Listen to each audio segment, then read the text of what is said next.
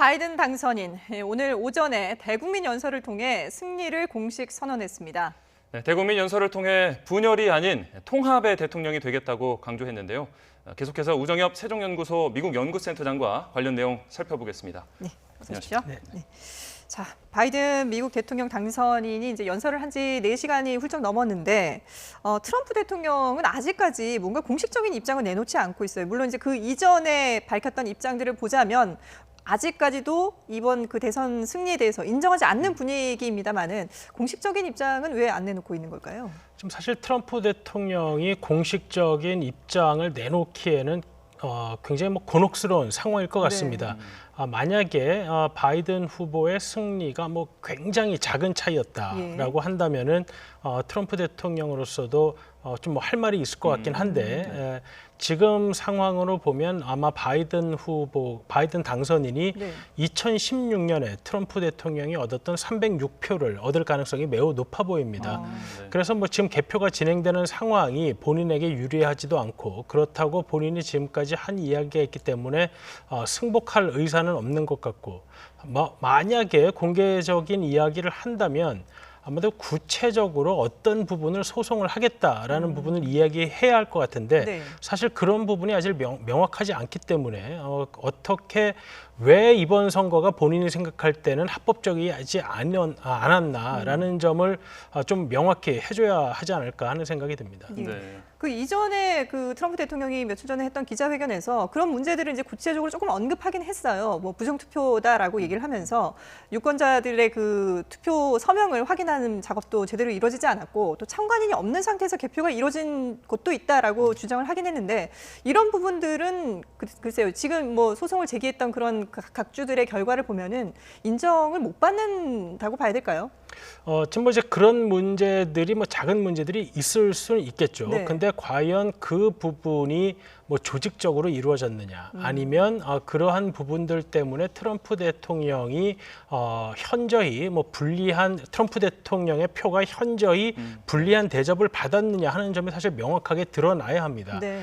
사실 그래서 지금 트럼프 대통령은 아마도 이제 2000년도에 부시 고어 그 플로리다주 재개표 사건에 있어서 보수 대법관들이 부시 후보의 편을 들어서 부시 후보가 최종적으로 당선된 경우를 떠올릴 수 있을 것 같은데 사실 그 경우는 이제 지금과 다른 게 원래 개표에서 부시 후보가 앞섰던 것이죠. 그러니까 트럼프 대통령은 지금 개표에서 뒤져 있는 상황이고 2000년도에는 부시 후보가 이제 근소 하나만 이제 앞섰던 상황이고 거기는 500표밖에 차이가 안 났던 한 거잖아요. 527표가 이제 차이가 났고 다시 재개표를 하니까 약 300표 정도 차이가 났었습니다.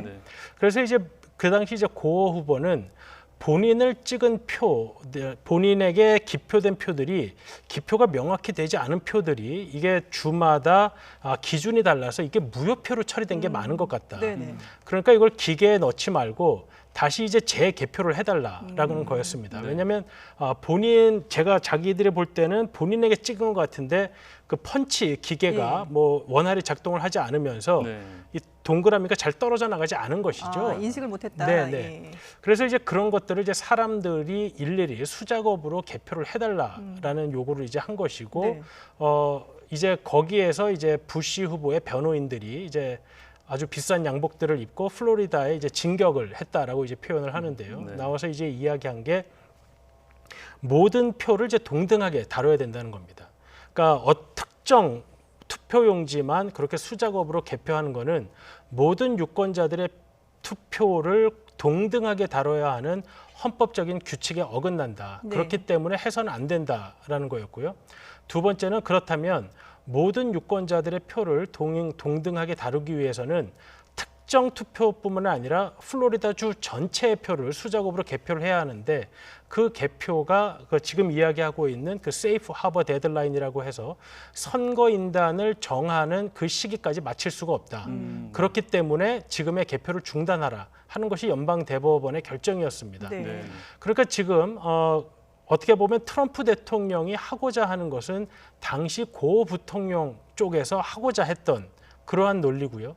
그러한 논리를 막아선 것이 당시 보수적인 연방 대법원이었습니다. 그리고 그 논리를 만들어낸 것이 현재 존 로버츠 대법원장, 브렛 캐버너 대법관 그리고 새로 대법관이 된 에이미 바렛 대법관 네. 이 세 명이 당시 부시 대통령 쪽을 도와서 그러한 법적 논리를 만들어냈었습니다. 그러니까 표를 뭐 특별히 특정한 표만 따로 개표해서도 안 되는 것이고 그리고 그 세이프 하버 데드라인을 꼭 지켜야 된다라는 식의 논리를 만들어낸 것이죠. 네. 그렇다고 본다면 트럼프 대통령이 지금 일단 연방 대법원에 가지고 하려는 논리가 지금 대법관들이 받아들이기도 힘들 뿐더러 네. 만약에 받아들인다고 하더라도 12월 8일 이전에 트럼프 대통령에게 좀 불리한 결정이 나올 가능성이 매우 커 보입니다. 어떻게 보면 그러니까 뭐 자가당착에 빠진 것들 그런 상황이 된 것 같기도 한데 원래는 다음 주 월요일부터 소송전을 그럼 진행하기로 발표를 했었는데 계획대로 좀 진행이 될까요? 아니면 오히려 시간을 더 끈다거나 그럴 수도 있을까요? 그러니까 만약에 이번에 트럼프 대통령이 제기하고자 하는 소송이 만약에 의미가 있는 소송이라고 한다면 공식적인 변호인은 아니더라도 아마 트럼프 대통령의 입장을 충분히 뒷받침할 만한 법적 논리를 제공하는 변호사들이 아마 여기저기서 아마 나올 겁니다. 네. 본인을 선전하기 위해서라도 공화당에 가까운 매체나 언론을 통해서 이야기를 할 텐데 지금 트럼프 대통령 측에서 이야기하는 여러 주장들이 사실 거의 법적으로 가능성이 없는 이야기일 뿐더러 네. 명확한 증거를 대고 있지 못하기 때문에 네.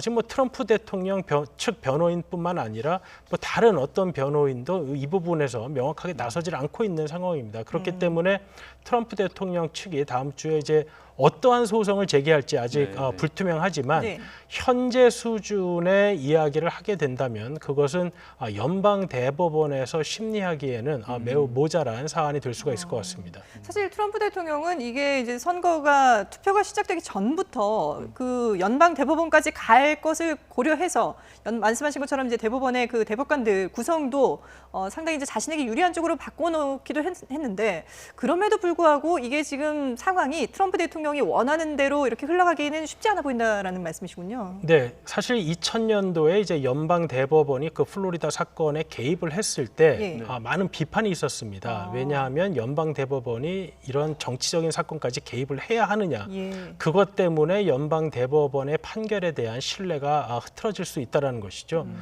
사실 이제 이번 대법원의 경우에도 본인들이 보수라고는 하지만 뭐 네. 공화당을 지지한다는 것은 아니거든요. 네. 그러니까 보수적인 사회적 가치에 관한 여러 가지 사안들에서 본인들이 앞으로 판결해야 할 사건이 많은데 이번 사건에 개입을 함으로써 특히 증거가 불충분하고 어떤 근거가 확립되어 있지 않은 사안을 트럼프 대통령에게 유리하게 판결했을 경우 앞으로 그들이 이제 종신으로 근무하게 되는데 네네. 그들이 앞으로 다루게 될 여러 사안에서의 신뢰가 흔들리게 된다라는 걱정이 있는 것이죠.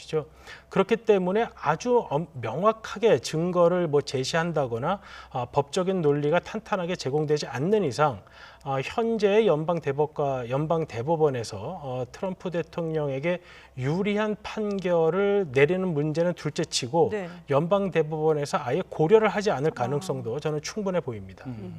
이제 상황이 이 정도로 좀 불리해지다 보니까 이 백악관 인사들 가운데서는 이제라도 좀 뭐 패배 선언을 해야 되는 것 아니냐. 뭐 그게 또 전통이기도 했으니까요. 그런 의견이 나오는 것 같은데 어떻게 보십니까? 트럼프 대통령이 패배 선언을 할 가능성이 있을까요? 지금 이제 이번에 대통령 선거 외에도 35석의 상원의원 선거가 네. 있었습니다. 네, 그렇죠. 35석의 상원의원의 선거 중에 현재 약 4자리가 정해지지 않았는데 그중에 2자리는 이제 공화당에 갈 것 같고 그러면 이제 공화당이 50석을 확보하게 됩니다. 그럼 이제 민주당이 현재 48석을 확보하고 있는데 그 남은 2자리가 이제 조지아주에서 선거를 하는 것인데 조지아주 선거법에 따라서 1월 달에 최종 결정전을 치르게 됩니다. 두 네. 선거 다. 근데 지금 만약에 트럼프 대통령이 이렇게 계속해서 선거 불복을 하고 민심에 이반되는 이야기를 계속하다 보면 아마 공화당 상원의원으로서는 그 2자리가 모두 민주당에게 넘어갈 가능성을 우려하게 될 것 같습니다. 네. 그래서 이 상원이 50대 50이 되면 부통령이 상원 의장으로서의 역할을 하면서 상원의 다수당이 민주당으로 넘어가게 됩니다. 네. 그러니까 민주당으로서는 사실 50대 50인 경우에 부통령이 이제 본인들 편으로 되게 되는 그 상황을 지금 굉장히 강력하게 주장할 거고요. 네. 공화당으로서는 모든 의사 진행에 관한 권리를 다수당인 민주당에게 넘겨주는 상황이 되기 때문에 네. 아마도 이제 그 상황을 막아야 된다고 생각을 할 텐데 과연 그럴 경우 상원 의원들이 얼마나 트럼프 대통령에게 동조하는 것이 본인들에게 도움이 될 것인가를 아마 일단 고민을 하게 될 것 같고요. 예.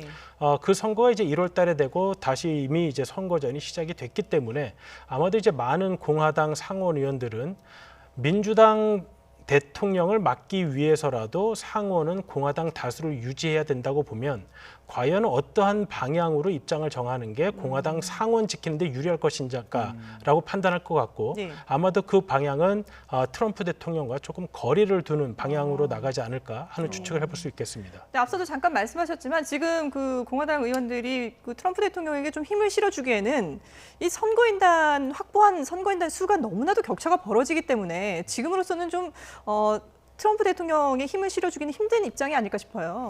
그러니까 사실 트럼프 대통령과 공화당 간의 어떤 사이가 벌어지는 것은 올 8월부터 좀 느껴졌습니다. 왜냐하면 미국은 대통령 후보를 선출하는 그 4년마다 전당대회에서 정강 정책을 내놓게 됩니다. 네. 그런데 이제 올 8월에 공화당 전당대회에서 트럼프 대통령이 공화당의 대통령 후보로 재신임되긴 했지만 정강 정책을 내놓지 못했습니다. 네. 이제 거기서 여러 가지 추측이 나왔는데 트럼프 대통령이 생각하는 방향이 공화당의 근본적인 정신과 맞지 않는 부분이 너무도 많아서 두 양측이 합의를 보지 못했던 것이죠. 네네. 그러다 보니까 이제 공화당은 공화당이기 때문에 트럼프를 지지한 것도 있지만 지금 이렇게 된 상황에서는 트럼프 대통령을 지키기보다는 공화당이 지키고자 하는 가치 쪽을 지키는 게 아마 더 유리하다는 다음번의 선거 그리고 본인들의 선거를 위해서 아마 더 유리하다는 판단을 할 수가 있을 것 같습니다. 예. 그럼 만약에 공화당에서 트럼프 대통령에게 힘을 실어주지 않는다면은 트럼프 대통령 개인으로서는 더 이상 버틸 수 있는 방법이 없지 않을까요? 일단은 아마 소송을 위한 자금 모집이 쉽지 않을 것 같습니다. 네, 그러니까 소송을 트럼프 대통령이 본인이 돈이 많다고 하니까 본인이 돈을 써가면서 할 수도 있겠지만 아마 본인도 이게 소송에서 질 것 같은데 본인 돈을 쓸까 하는 비용이 생각이 또 좀 어마어마하게 들더라고요. 지금 추산에 한 700억 정도 예. 이 네. 소송을 위해서 든다고 하는데 네. 이것이 공화당이 나서지 않으면 사실 모금이 쉽지 않은 아마 상황으로 보입니다. 예. 그렇기 때문에 이런 아주 현실적인 이유에서부터 지금 공화당과 트럼프 대통령 사이에는 좀 차이가 이미 생기는 것이 아닌가 생각이 듭니다. 그러면 이런 상황에서도 트럼프 대통령이 개인이 이렇게 좀 버티고 있는 데에는 아무래도 그래도 트럼프 대통령을 뽑은 사람들이 있고 지지자들이 여전히 있기 때문일 것 같은데 향후에 이렇게 좀 지연이 되고 뭔가 문제가 깔끔하게 해결되지 않으면 이런 폭력 사태라든지 폭동이 또 시위가 이어질 수도 있겠네요. 지금 이미 선거 이전부터 이제 그러한 분위기는 많이 감지되었고 네. 지금 오늘은 이제 당선인이 확정된 날이기 때문에 민주당 지지자들, 바이든 당선인 지지자들의 어떤 이런 모습이 많이 나왔지만 네. 이것이 이제 만약에 트럼프 대통령이 계속해서 본인 지지자들을 부추기는 이러한 행동을 계속해서 하게 된다면 이제 어떠한 쪽으로 이게 사건이 튈지 모르기 때문에 네. 아무도 많은 미국인들이 우려를 하고 있을 것으로 생각이 됩니다. 예. 자, 지금 이제 미국 시각이 새벽 1시가 넘어가고 있는데요. 앞서서 이제 저희가 취재기자 현장에 있는 워싱턴을 연결했을 때 백악관을 둘러싸고 조 바이든 당선인을 지지하는 수많은 지지자들이 나와서 이제 환호를 하고 축하하는 그런 그 행진이 이어졌거든요. 분명히 그 소리가 이제 백악관 내부까지 들렸을 거란 말이죠. 트럼프 대통령으로서는 상당히 좀 기분 나쁜 그런 상황이지 않을까 싶은데요. 지금 이 상황에서 어떻게 좀 여러 전략들을 생각을 하고 있을까요? 글쎄요, 과거에도 이제 현직에서 패한 대통령들이 이제 몇 명 있었죠. 네. 그러니까 조지 W 부시 대통령의 아버지인 H.W. 부시 대통령도 이제 92년 선거에서 패했고, 지미 카터 대통령도 이제 레이건 대통령에게 이제 패하는 이제 그러한 사건들이 있었는데 네.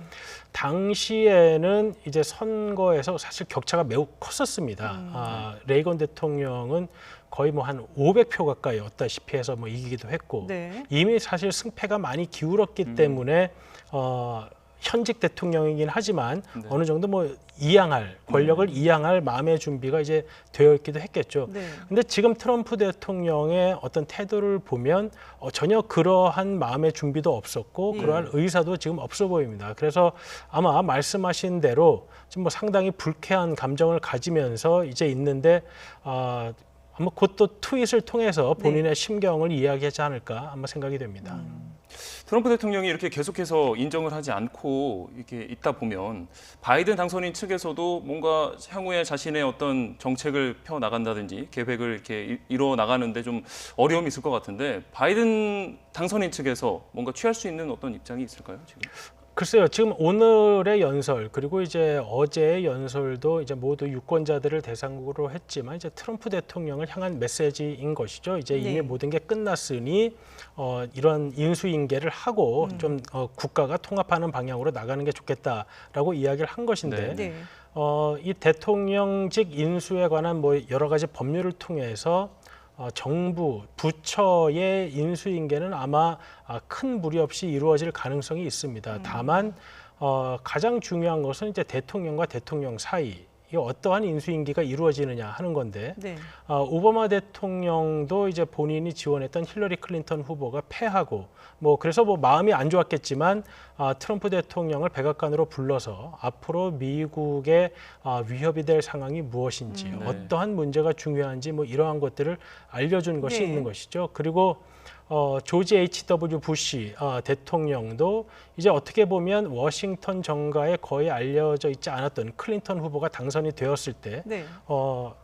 그 대통령 집무실에 이제 편지를 써놓고 너한테 졌지만 너가 앞으로 미국을 잘 이끌어나길 진심으로 기원한다라는 뭐 그런 메시지도 남기기도 했고요. 네. 그래서 이제 대통령 간의 그러한 인수인계가 이제 정치적으로 부드럽게 이루어지는 것이 네. 미국 정부가 다음 정부로 이어가는 데 도움이 될 텐데 네. 그러한 부분에 있어서는 뭐 현재 상황으로 볼 때는 여러 가지 좀 곤란한 점이 있을 것 같기도 합니다. 예. 네. 자, 일단 뭐 조 바이든 당선인이 오늘 공식적으로 승리를 했다라고 이제 선언은 했기 때문에 앞으로 조 바이든 대통령이 이제 당선인이 대통령이 되는 건 거의 기정사실화 될 것 같은데요. 그럼 그 이후에 미국이 어떻게 이제 나아갈 것인가 이런 부분들도 상당히 관심입니다. 뭐 여러 가지 내부적으로도 통합을 해야 되는 그런 상황도 있지만 경제적으로도 상당히 또 이제 관심을 받고 있거든요. 특히 미국은 그동안에 트럼프 대통령이 미국 중심주의로 상당히 이제 강조를 했었는데 조 바이든 당선인 시대에는 이게 좀 변화가 있을까요, 기조가? 이번에 선거가 좀 특이했던 점 중에 하나는 과거의 선거와 다르게 일단은 트럼프 대통령에 대한 찬반이 가장 중요했고 네. 그다음에 이제 코로나 바이러스로 인해서 대부분의 토론이 이제 코로나 바이러스에 대한 대응 문제에 집중이 됐습니다. 예. 그러니까 2016년 트럼프 당시 후보와 힐러리 클린턴 후보 간의 토론을 보면 여러 정책 분야에 있어서 서로 격론을 주고받았었죠. 입장 차이가 있었기 때문에. 근데 이제 올해 토론은 이제 토론 횟수도 적었지만 네. 두 번밖에 안 됐죠. 예, 네. 그 논란에 대한 두 후보의 인식 차이. 그래서 어떠한 방향으로 정부를 이끌 것인가에 대한 논의가 거의 없다시피 했습니다. 네. 네. 그것은 어떻게 보면 이제 바이든 후보에게는 이제 보다 좀 많은 재량권을 줬다고 볼 수 있는 것이죠. 왜냐하면 힐러리 클린턴 후보 같은 경우에는 트럼프 당시 후보에게 대적하기 위해서 여러 가지 정책을 사실 트럼프 후보를 이기기 위해서 말을 할 수밖에 없었습니다. 미리, 그러니까 네. 본인이 본인 발목을 잡는 일이 생길 수밖에 없었는데 네. 지금 바이든 후보는 그런 점에 있어서는 뭐 어느 정도 좀 자유롭다고도 이제 할 수 있겠죠. 네. 그래서 2016년도에는 이제 TPP를 안 하겠다는 점을 힐러리 클린턴 후보가 강하게 이야기할 수밖에 없었는데 네. 올해는 사실 이제 그런 것들을 아주 공식적으로 하지 않고 넘어갈 수가 있었습니다. 네. 그래서 이제 바이든 후보는 이제 본인이 부통령으로 재임할 당시에 추진했던 TPP라든지 여러 가지 대외 정책에 있어서 클린턴 후보보다는 훨씬 더 자유롭게 그 부분에 이제 접근할 가능성이 있는 것이고요. 그래서 경제 정책 같은 부분도 물론 민주당이 생각하는 여러 가지 정책들로 전환이 있겠지만 그래도 이번 선거 과정을 통해서 그러한 부분이 본인의 발목을 잡는 어떤 그러한 역할은 하지 않았기 때문에 보다 더 어떻게 보면은 쉬운 정책적인 변화가 가능할 것으로 생각이 됩니다. 오히려 TV 토론 횟수가 좀 적었고 이야기를 뭔가 이렇게 경론을 펼칠 기회가 적었던 게 지금의 바이든 당선인에게는 좀 유리한 상황이 네네네, 된 것 그렇습니다. 같습니다. 많은 권한을 이제 위임받았다고 볼 수 있는 것이죠. 오히려. 네네. 그러면은 이게 지금 미국 중심주의의 어떤 통상 기조에서 벗어날 가능성도 있을까요? 근데 이제 사실 애매한 부분이 그겁니다. 과거에는 민주당이 보다 더 미국 보호무역을 강조했고 공화당은 보다 자유무역을 강조했는데 트럼프 대통령이 워낙에 보호무역주의, 그다음에 미국 우선주의를 강조하다 보니까 민주당의 무역 통상 정책에 대한 입장이 좀 애매해진 것이죠. 근데 이제 민주당은 이제 노조가 민주당 지지의 기반이고 그러다 보니까 보호무역을 상당히 강하게 할 수밖에 없는 것입니다. 지금 이야기하는 것도 이제 미국 내 제조업 증가 같은 것을 이야기하고 있는데 네. 그것은 뭐냐 하면 미국이 서비스 금융업으로 가면서 고학력자 소수의 사람에게만 그 혜택이 돌아가고 제조업이 많이 해외로 나가면서 많은 중산층들이 몰락했다는 겁니다. 그래서 이 취업의 기회라든지 중산층의 재건을 위해서는 어떻게든 제조업이 다시 미국에 돌아오는 방법밖에 없는 것이죠. 그러다 보면 바이든 후보 역시 많은 보호 조치를 할 수밖에 없고 여러 가지 세제 혜택을 통해서 미국의 제조기업이 해외의 다른 기업과 대적할 수 있는 여러 기회를 만들려고 노력할 겁니다. 그렇기 때문에 물론 이름은 다르지만 네. 바이든 후보 역시 상당히 미국 경제를 우선하는 그러한 경제 정책을 끌고 갈 가능성이 높아 보입니다. 예. 그러니까 오늘 그 대국민 연설에서도 실제로 이제 중산층을 다시 살리겠다라는 부분을 강조를 했거든요. 아마 지금 말씀하신 것처럼 이 지금 미국 내에 중산층의 몰락이라든지 이런 부분들이 뼈아프게 지금 작용을 하고 있기 때문이 아닐까 싶은데요. 미국이 이제 이 세계화로 인해서 여러 가지 제조업 같은 것들이 뭐 중국이나 네. 다른 국가들로 가면서 그래서 이제 러스트벨트란 말도 이제 생긴 것이고요. 네. 많은 이 중산층들이 경제적인 기회를 잃게 된 것이죠. 사실 어떤 취업률을 높이는 거는 서비스업이나 어떤 금융업보다는 이제 제조업이 활발히 돌아가야 취업률을 이제 높일 수 있는 건데 네. 그러한 제조업의 기반이 많이 약해지면서 이제 미국의 중산층들이 많이 약해지고 그러다 보니까 어떤 소득의 양극화가 생기고 사회적인 갈등이 이제 심화됐다. 그것이 이제 바이든 후보 측의 분석이고 그렇기 때문에 이러한 것을 되돌리기 위해서는 미국 내 제조업이 다시 부흥하는 것밖에 방법이 없다라는 거죠. 예. 사실 그러한 접근은 트럼프 대통령도 좀 비슷하게 하긴 했습니다. 그렇기 때문에 바이든 후보가 됐다고 해서 미국이 자유주의 경제로 다시 한번 뭐 무역을 더 강조한다거나 다른 국가들과의 통상을 더 우대한다거나 하는 방향으로 가는 것은 아니다라는 네. 점을 우리가 좀 인식할 필요가 있겠습니다. 네. 그러면은 우리 기업으로서는 어떻게 대응을 하는 게 좋을까요? 지금 바이든 후보의 여러 경제 정책들, 특히 뭐 기후 변화에 대한 대책이라든지 네. 아니면 에너지 정책의 변화 같은 것은 우리나라 전체에 뭐 일률적으로 좋다 안 좋다를 말하기보다는 예. 산업별로 차이가 있을 것 같습니다. 예를 들어 미국의 트럼프 때의 정책을 보더라도 이제 5G 산업에 있어서 중국을 배제하다 보니까 삼성과 같은 우리나라 기업에 더 많은 기회가 오기도 그렇죠. 했고요. 예. 또 기술 통제 같은 부분을 하면서 중국의 반도체 수출을 하지 말라고 하다 보니까 우리나라의 반도체 수출이 막히기도 그렇죠. 한 네. 것이죠. 네. 그리고 이제 기후 변화 같은 부분을 이제 강조하게 되면 탄소를 배출하는 내연기관을 만드는 뭐 차량 업체라 네. 차량 제조라든지 이런 부분은 또 우리가 손해를 볼 수도 있지만 배터리 제조라든지 이런 친환경 재생 에너지 재생과 관련된 부분에서는 또 이익을 볼 수 있는 것입니다. 그래서 우리 경제 전반에 뭐 일률적으로 같은 영향을 미친다기보다는 아마 산업별로 다른 영향이 있을 것으로 예상이 됩니다. 예, 네. 알겠습니다. 네, 지금까지 우정엽 세종연구소 미국 연구센터장과 함께 미국 대선 상황 짚어봤습니다. 오늘 말씀 잘 들었습니다. 고맙습니다.